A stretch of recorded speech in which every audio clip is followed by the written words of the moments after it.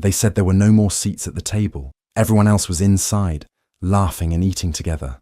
Her dad was smiling, surrounded by his new wife and their children. No one looked at her. When she walked in, people glanced up, but quickly looked away. The stepmother gave her a fake smile and said they'd find her a spot. That spot turned out to be a plastic chair on the patio, away from the lights and the laughter. She sat outside, alone.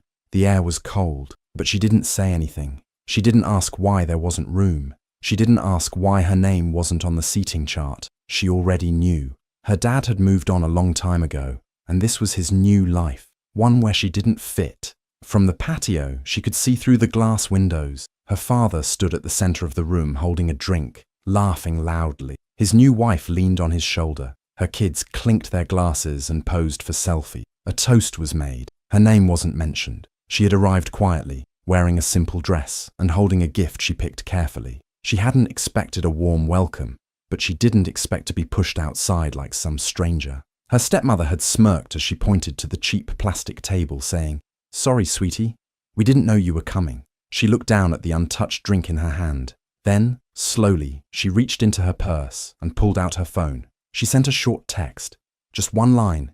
15 minutes later, a deep roar filled the sky. Everyone inside froze. Heads turned. The birthday speech stopped. Glasses were lowered. A shadow passed over the lawn. People rushed to the windows. A sleek private jet was coming in to land on the nearby field. It was hers. She stood up from the plastic chair and walked calmly across the grass. A black car pulled up. The driver stepped out and opened the door for her. She paused, turned toward the crowd staring through the glass, and said just loud enough to be heard. Didn't realize this was for family only. No one spoke. Then she got into the car. The jet door opened. Inside, her team was waiting. She had business to do, real business. Not fake smiles, not being someone's forgotten daughter. Not tonight. As the engines warmed again and the party guests stood in stunned silence, one thing was clear. She was not the same girl they had once ignored, and this was only the beginning. When she was a little girl, her parents got divorced. One day her dad lived with them, and the next, he was gone.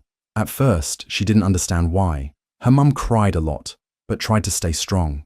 They moved into a smaller home. Things were tight. Her mum worked long hours to keep things going. Not long after the divorce, her dad married a younger woman. She was pretty, always smiling in pictures.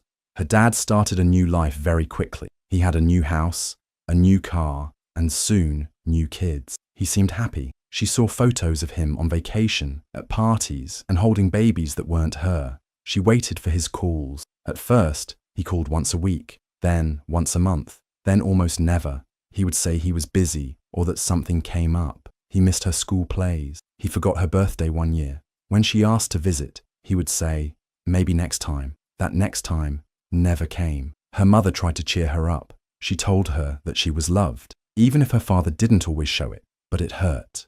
She saw her father being a dad to other kids, kids who called him daddy and got to live in his house. She didn't get those things. She got silence. At school, she stopped talking about her dad. When other kids talked about family trips or visits with their fathers, she just smiled and changed the subject. She didn't want to explain why her dad never came to parent-teacher night. She didn't want to admit that she felt forgotten. As she got older, the pain turned into anger. Not loud anger, but quiet. The kind that sat deep inside. She promised herself she wouldn't cry about him anymore. She told herself she didn't need him, but a small part of her still wished he would come back, say sorry, and try to know her again. That never happened. He had his new family. He had his other life. And she was left behind. The daughter from the first marriage. The one no one talked about anymore. The one he left and never really looked back on. As she grew into her teenage years, she still hoped things might change. She still wanted her father to care. Even after years of silence, she tried to reach out. She would text him on holidays and his birthday. Sometimes he replied with a short message like, "Thanks," or "Hope you're doing well." But most of the time, he didn't answer at all. She tried asking if they could meet for lunch or spend a weekend together. He would say yes at first, and she'd get excited. She would plan her day around it, pick out an outfit and wait. But then, at the last minute, he'd cancel. He always had a reason. "One of the kids is sick. We forgot about a school thing. Your stepmom needs help with something." After a while, she stopped believing his excuses. He never called just to check in. He never asked how school was going or if she needed anything.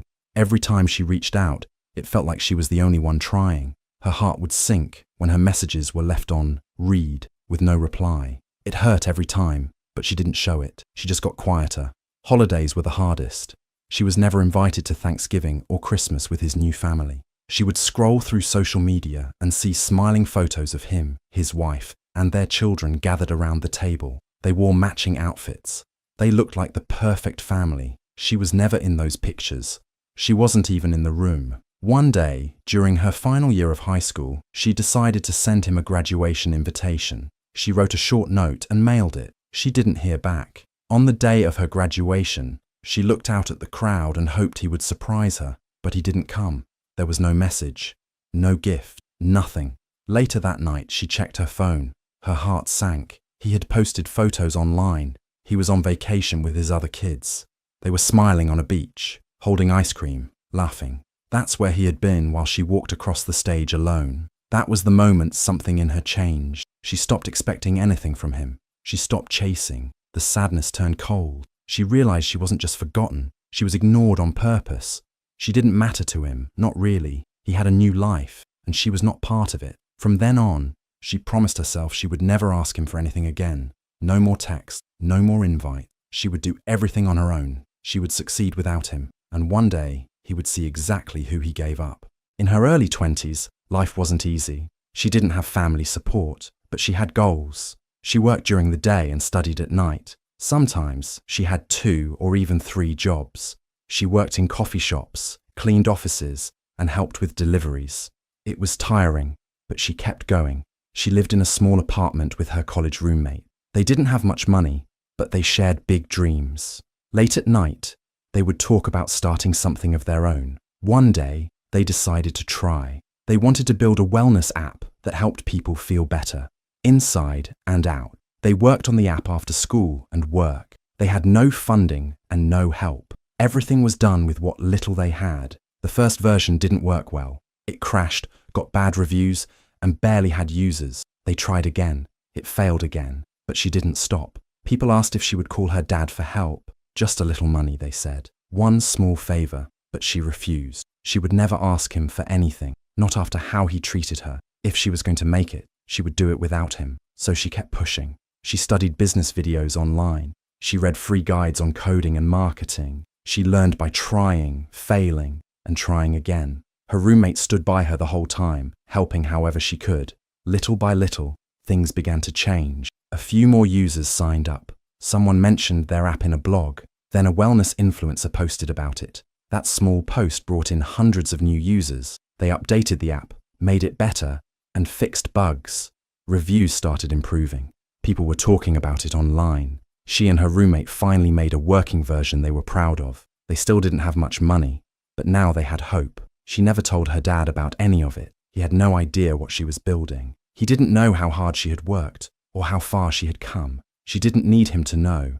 She wasn't doing it for him. She was doing it for herself, to prove she could. The app they built started growing fast. One day, a popular YouTuber posted a video about how the app helped with stress and sleep. That video went viral. Thousands of people downloaded the app in just a few days. The numbers kept climbing. She and her roommate could barely keep up with all the emails and sign-ups. They worked harder than ever. They fixed bugs, added new features, and made the app even better. Soon, more people started talking about it online. It was in podcasts, blogs, and wellness groups. Big names in the tech world started to notice. A few investors reached out. They wanted to help the company grow. She couldn't believe it. After years of hard work and failure, things were finally coming together. Within 2 years, the small idea she started in a tiny apartment had turned into a big business. She had a full team, a real office, and millions of users. The company made its first $1 million, then more. One day, her face appeared in a Forbes article about women in tech. Her name was finally out there, and people were paying attention. But while the world started to notice her, her family stayed silent. Her dad didn't call. He didn't send a message. He didn't say, "I'm proud of you," or even, "I saw your article." Nothing. Not even a simple "congrats."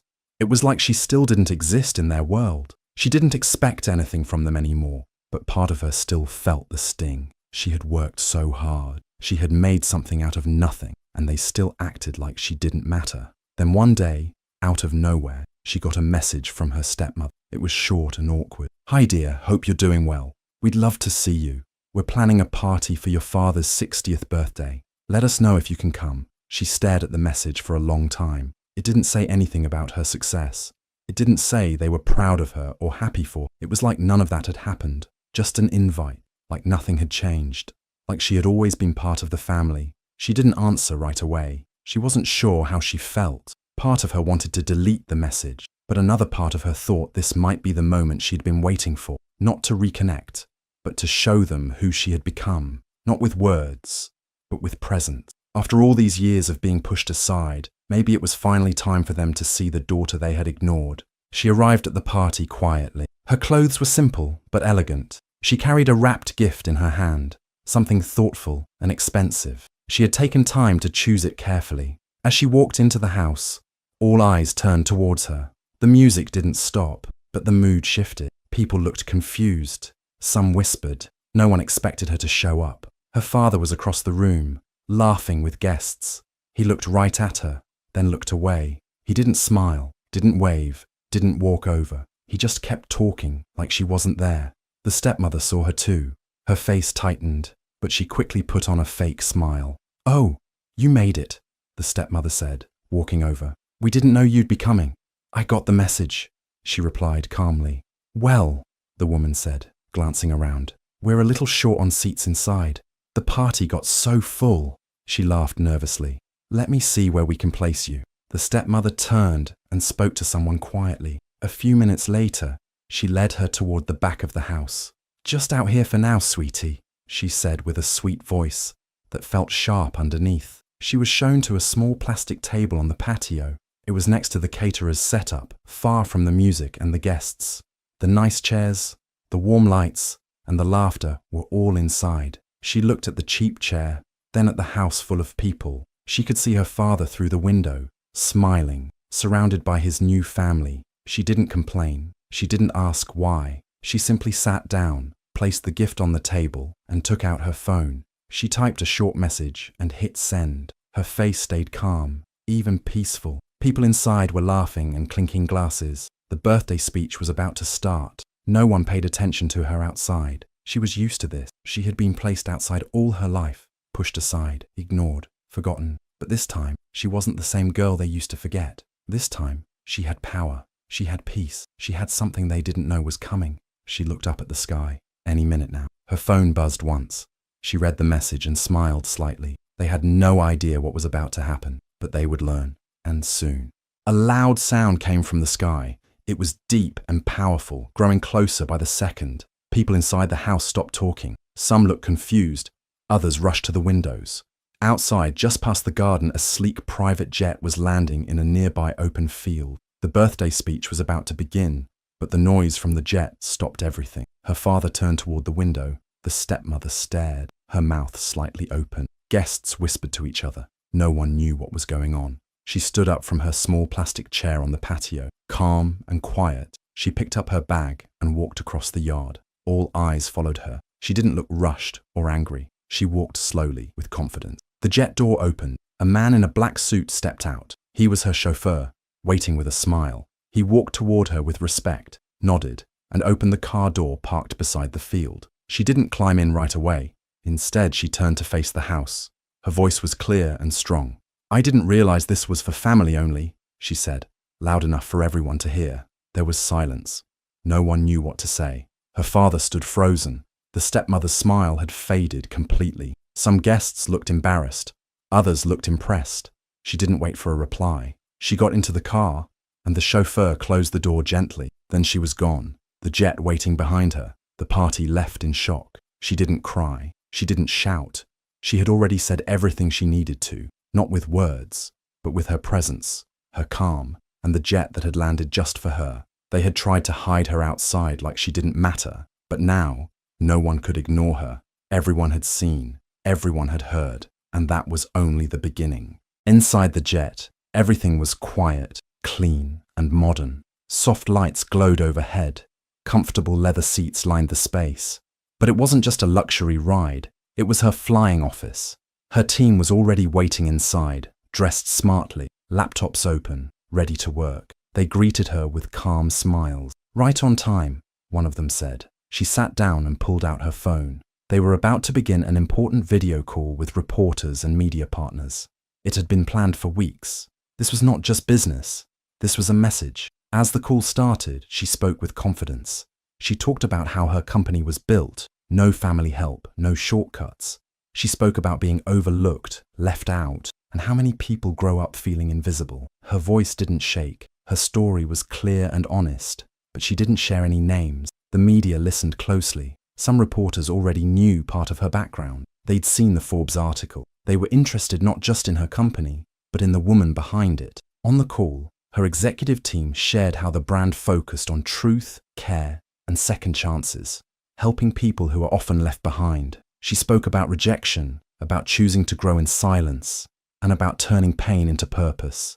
Again, no names were said, but her story had power. The way she carried herself, calm and direct, left a strong impression. The next morning, the story hit the internet. One outlet called it "The Quiet Storm." Another called it "Success Without a Seat at the Table." The story was everywhere. It didn't take long before people started connecting the dots. Some local guests who were at the birthday party shared what they saw: the plastic chair, the cold welcome, the jet, the exit. People online quickly figured out who her father was. Comments filled up fast.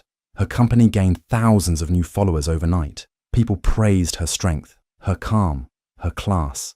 They shared their own stories of feeling forgotten by family or pushed aside. Her brand's values became louder than any ad. Sales doubled, then tripled. More investors reached out. Her name was trending. But back in her father's world, things were falling apart. His image in the community took a hit. Friends who had seen the party post went quiet. His business partners didn't return calls. Even people close to him were now unsure. He had spent years ignoring her. Now the whole world was watching her and watching him, and she didn't have to say a single bad word about him. She just kept moving forward. After everything went viral, her father's life began to fall apart. People didn't forget what happened. In fact, they kept talking about it. Then, more problems started showing up. Problems the family didn't expect. Reporters began looking into the stepmother's charity work. She had been running a children's group that asked for donations. On paper, it looked like she was doing good things. But when people started asking questions, strange details came out. Money meant for kids had been spent on vacations, shopping, and personal bills. Nothing added up. The truth became clear. She had misused the funds. Soon, newspapers picked it up. It spread fast online. Donors pulled their money. The organization was shut down. Her stepmother, who once loved attention and praise, couldn't hide anymore. Her face was everywhere for the wrong reasons. The stepchildren didn't escape either. A few of them had applied for internships at big companies. Some were already accepted. But after the news came out, those offers were quietly taken back. No one wanted to be linked with the scandal. Doors that once opened easily were now closed. People the family used to call friends began to disappear. Invitations stopped. Messages were left unread. Some blocked them completely. The happy pictures they once shared online got quiet. The likes and comments vanished. Everything changed. Her father finally realized how serious it was. He tried to reach her. He called, but she didn't answer. He texted her long messages. He said he was sorry. He said he missed her. He begged to talk. He asked for another chance. She read his words slowly. She remembered the birthdays he skipped, the calls he ignored, the moments he chose others over her. She thought of the chair outside, the silence at the dinner, the years of being pushed away. Then she typed just one reply: "You had your chance." And she pressed send. She bought a big piece of land near the same neighborhood where her father and his family lived. People thought she was moving there, but she had other plans. She didn't want a fancy house or to live near them. She had something better in mind. She used the land to build something with meaning, a youth entrepreneurship center. It was a place for young people with big dreams but little support, a place for kids like she once was. The building was modern, filled with light, and full of energy. It had classrooms, meeting rooms, and space for creative work. There were mentors, training programs, and startup help for those who needed a chance. She named the center after her mother. It was a quiet way of honoring the woman who raised her alone, who never gave up, even when life was hard. Her mother had no riches, but she gave her strength, kindness, and the belief that she could build something great on her own. When the center opened, local reporters came to cover the story. They asked her how she made it, how she went from being left out to leading one of the fastest growing brands in the country. She smiled, calm and steady, just like always. Some of us were seated outside, she said. So we built our own table, with runway clearance. Her words went viral again. People cheered her message. It wasn't loud, it wasn't cruel, but it was strong, it was clear. She didn't need to tear anyone down. She had already risen above them. From the windows of their house, her father and stepmother could see the center in the distance. They couldn't ignore it. They couldn't hide from it. Every time they passed by, they saw her name. They saw what she built.